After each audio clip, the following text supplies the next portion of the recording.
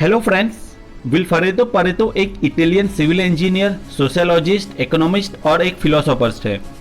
वो एक दिन इकोनॉमिक्स की बुक पढ़ रहे थे। उन्हें एक अजीब बात पता चला कि इंग्लैंड के ज़्यादातर पैसे बस थोड़े लोगों के ही हाथ में थे।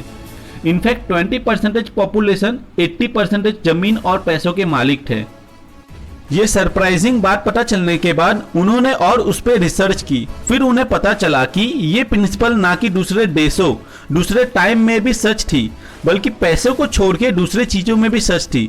जैसे कि उनके खुद के गार्डन में जहां 80% मटर बस 20% पोर्ट से ही आ रहे थे।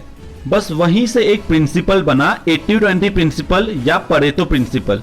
ये प्रिंसिपल कहता है कि आपको जो 80% रिजल्ट जो मिलता है वो बस आपके 20% काम के वजह से ही मिलता है।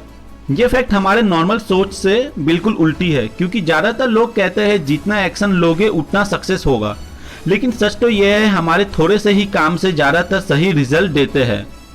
ये प्रिंसिपल आने के बाद बहुत से लोगों ने अलग अलग रिसर्च किया और ऑलमोस्ट हर चीज़ में इस प्रिंसिपल को काम करता पाया। एग्जाम्पल, 20% क्रिमिनल ही 80% क्राइम करते हैं, 20% ड्राइवर ही 80% एक्सीडेंट करते हैं, 20% रोड पे ही 80% ट्रैफिक जनरेट होता है, 20% जमीन पे ही 80% फूड्स एंड मिनरल्स पाए जाते हैं, 20% एक्टर्स को ही 80% अटेंशन लोगों का मिलता है।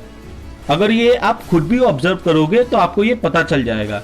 हाँ, अब नंबर थोड़े आगे पीछे हो सकते हैं, लेकिन प्रिंसिपल हमेशा यही बोलता है कि कम चीजें ज्यादा आउटपुट देता है।